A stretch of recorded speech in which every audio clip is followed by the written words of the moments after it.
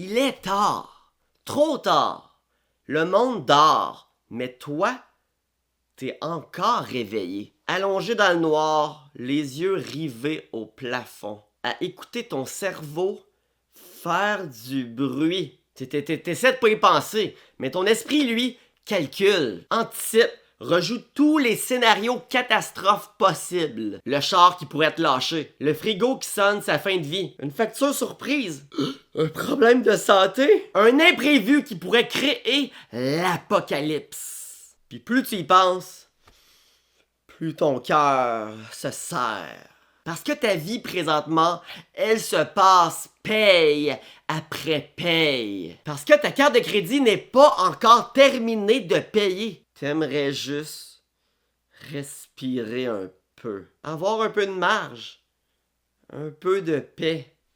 Et pourtant, cette paix-là, elle existe. Il y a un chiffre précis, un montant concret qui peut faire un gros changement dans ta vie. Un simple montant qui change tout. Et ce chiffre-là, la première étape, c'est d'abord de le comprendre. Parce que sinon, il voudra rien dire pour toi. Et en passant, moi c'est Michael Wolf. Si tu es nouveau sur ma chaîne, ben je t'invite à t'abonner. On approche les 15 000.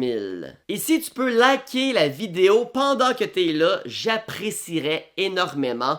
Un gros merci et bien sûr de retour au sujet de la vidéo. La plupart des gens croient que pour être en sécurité, il faut être riche. Avoir 1 million dans son compte, un portefeuille d'actions, des immeubles à revenus. Mais non, pas nécessairement. Là. Avant d'arriver là, il y a une première étape essentielle, une base. Et cette base-là, c'est ton coussin psychologique. Pas juste un coussin d'urgence comme les conseillers de banque en parlent. Non, moi je te parle du chiffre qui fait que tu dors bien la nuit. Celui qui fait que quand ton char tombe en panne, là, ben c'est pas la fin du monde. Et ce montant-là, pour la majorité des gens, attache ta tuque, c'est simplement 10 000 $. Puis ok, tu vas peut-être me dire que c'est pas assez pour changer ta vie, mais c'est assez pour changer ta perception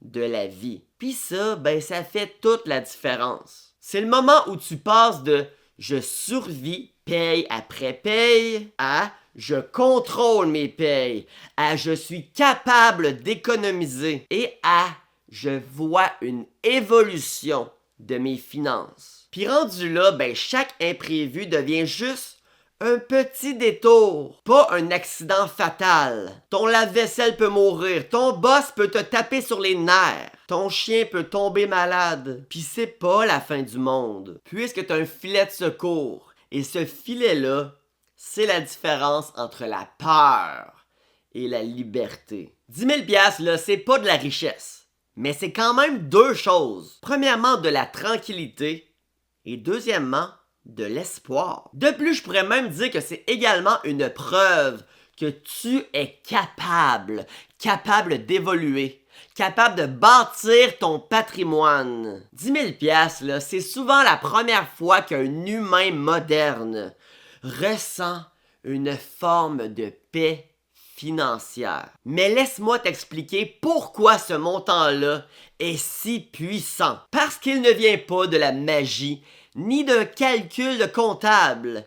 Il vient de la psychologie humaine. Écoute, quand tu as 0 dans ton compte, là, chaque dépense devient une menace. Ton cerveau fonctionne en mode survie. Tu dis oui à des jobs que t'aimes pas. Tu tolères des clients qui te font royalement chier. Tu t'épuises juste pour pas couler. Mais quand t'as 10 000 $ en banque, là, t'as enfin l'espace mental pour penser au lieu de juste réagir. Tu reprends le contrôle. Et ce contrôle-là, là, c'est le vrai début de la liberté financière. Et qui dit liberté financière dit, c'est le moment idéal pour te parler du sponsor de la vidéo. J'ai nommé moi-même. Si t'as pas encore lu mon e-book Investir simplement, rapidement et efficacement, ça explique toutes les bases de comment investir sur le long terme et la beauté de la chose, ça prend seulement 20 minutes à lire. Je te le dis, ça en vaut vraiment la peine. Et sinon, si tu préfères vraiment me parler de 1 à 1, là, ben j'offre également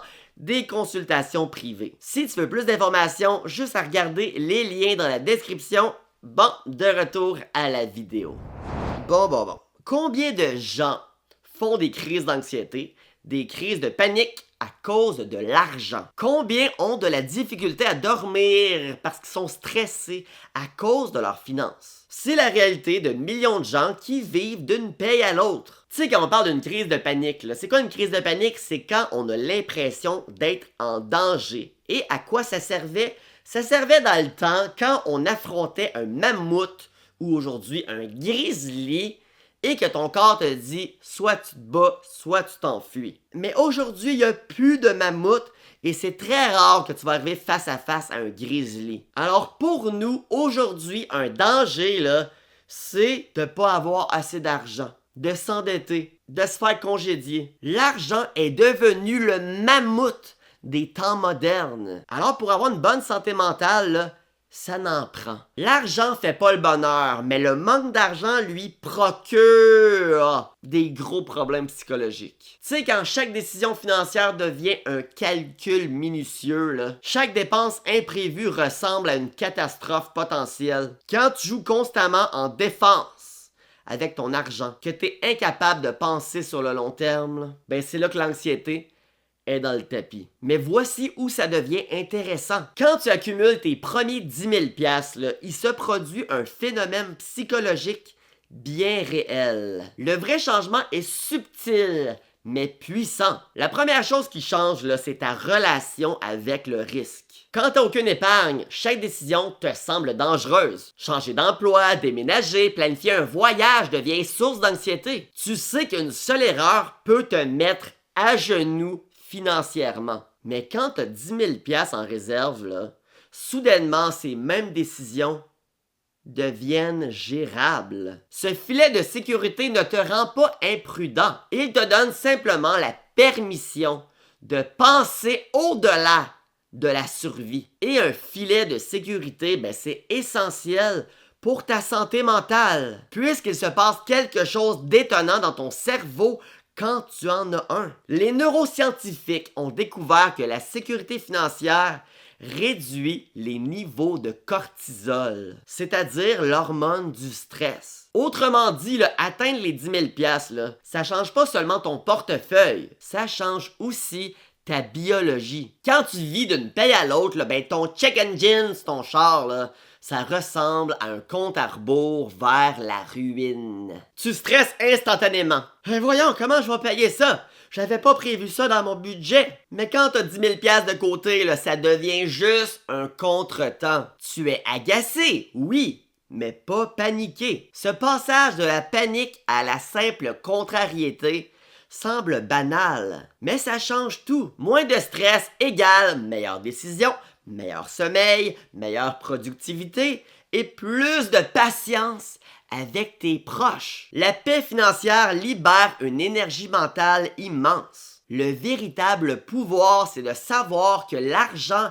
est là. Et c'est ça la partie la plus sous-estimée, là. Le plus grand bénéfice des 10 000 $, là, ce n'est pas leur pouvoir d'achat. C'est simplement de savoir qu'ils sont là. C'est ce qu'on appelle l'effet du fonds d'urgence. C'est la tranquillité d'esprit et également la fierté de savoir que oui, tu es capable de gérer tes finances, que tu ne succombes pas à dépenser chaque sou durement gagné. Ça là, quand je le vois, je m'empresse pas à le pitcher par les fenêtres. Tu deviens une personne qui est capable d'épargner. Combien de gens pensent que d'épargner 10 000 $, c'est impossible. Beaucoup voient l'épargne comme un régime temporaire. Bon, là, on coupe tout et on se prive. Puis ça prend combien de temps qu'on craque et on revient à ses vieilles habitudes? Ceux qui réussissent, eux ne voient pas ça comme un simple sacrifice. Je vois pas ça comme un sacrifice, moi.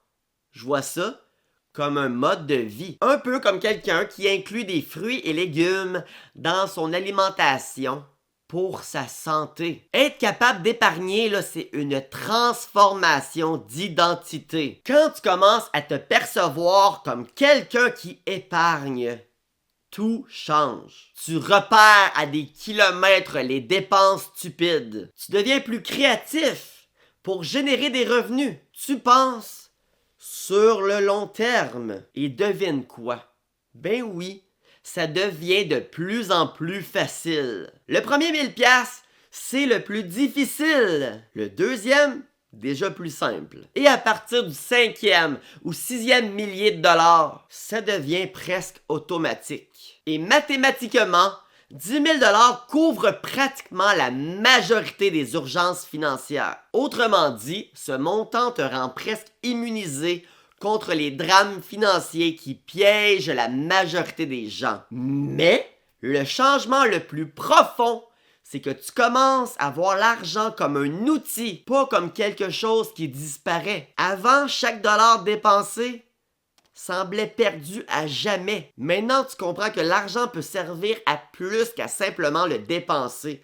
Tu comprends que ça aide à ta santé. Et c'est là que tu t'intéresses aussi à l'investissement. Parce que l'argent, ça peut faire ça aussi. Et tu t'y intéresses pas parce que tu deviens soudainement un génie financier, mais parce que tu as enfin l'espace mental pour y penser. Et devine quoi? Une personne avec 10 000$ en épargne là, est plus proche de la liberté financière qu'une autre qui gagne le double, voire le triple, mais qui n'a rien de côté. Parce que la compétence la plus importante pour s'enrichir, ce n'est pas de gagner de l'argent, c'est d'être capable de la garder. Tu connais sûrement quelqu'un qui gagne 100 000$ par année et qui est toujours endetté. Appartement luxueux, voiture neuve, restaurant hors de prix, mais qu'au final a pas une scène en banque. À l'inverse, tu connais également une autre personne qui gagne pas mal moins, disons 40 000$ par année, mais qui a réussi à bâtir une solide épargne et qui a des investissements dans son CELI, dans son REER.